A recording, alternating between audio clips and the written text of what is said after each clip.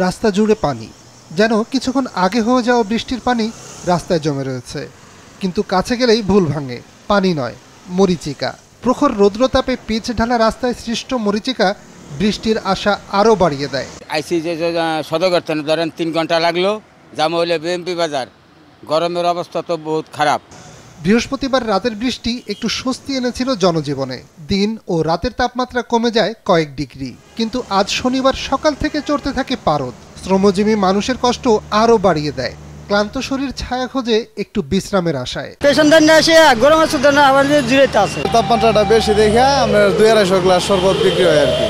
যশোর, চুয়াডাঙ্গা, বাগেরহাট, পাবনা ও ঈশ্বরদীতে অব্যাহত রয়েছে তীব্র তাপপ্রবাহ। 40 ডিগ্রি সেলসিয়াসের উপরে উঠেছে তাপমাত্রা, অনুভূত হচ্ছে আরও বেশি। এই বক্সের ভেতরে একটি যন্ত্র আছে, যেখানে সূর্যের আলো সরাসরি পড়ে না এবং বাতাস সহজেই চলাচল করতে পারে, এবং তাপমাত্রাও ওঠানামা করলে এখানে সব রেকর্ড হয়। কিন্তু মানুষ সূর্যের আলোর নিচে সরাসরি হাঁটাচলা করে, ফলে সে বেশি তাপ অনুভব করে। এটাকেই বলা হয় ফিলস লাইক।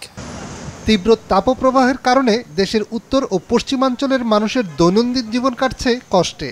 রোদ গরমে অশান্তি বোধ করছি, গা হাত পা জ্বলে যাচ্ছে। দুপুরে গরমে ফাঁকা জায়গা ফাঁকা হয়ে যাচ্ছে, লোকজন চলাফেরা খুব কম করছে। গাড়ি চালাতে খুব কষ্ট, খুব গরমে আর থাকা যায় না, রানিং থাকতে হচ্ছে। ওয়ালটন এসিতে ইনস্টলেশন একদম ফ্রি। এমন অবস্থায় আবহাওয়া অফিস শুনিয়েছে আশার বাণী।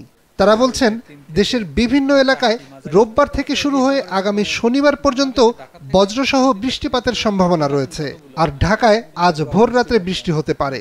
ঢাকার আকাশে এবং বাংলাদেশের আকাশে এখন পশ্চিম দিক থেকে মেঘমালা আসা শুরু করেছে।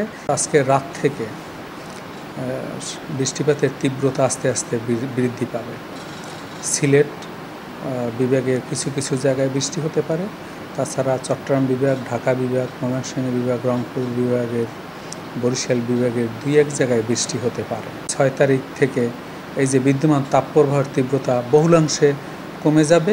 একই সাথে বজ্রসহ বৃষ্টিকালে প্রাণহানি এড়াতে কয়েকটি পরামর্শ দিয়েছে আবহাওয়া অধিদপ্তর।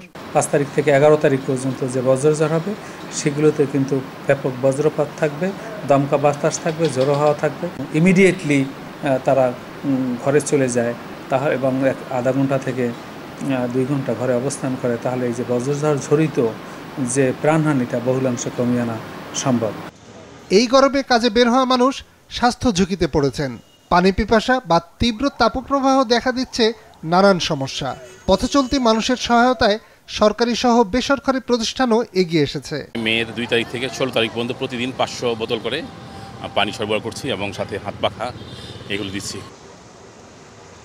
নিয়াজ মোর্শেদ, মাছরাঙা সংবাদ, ঢাকা।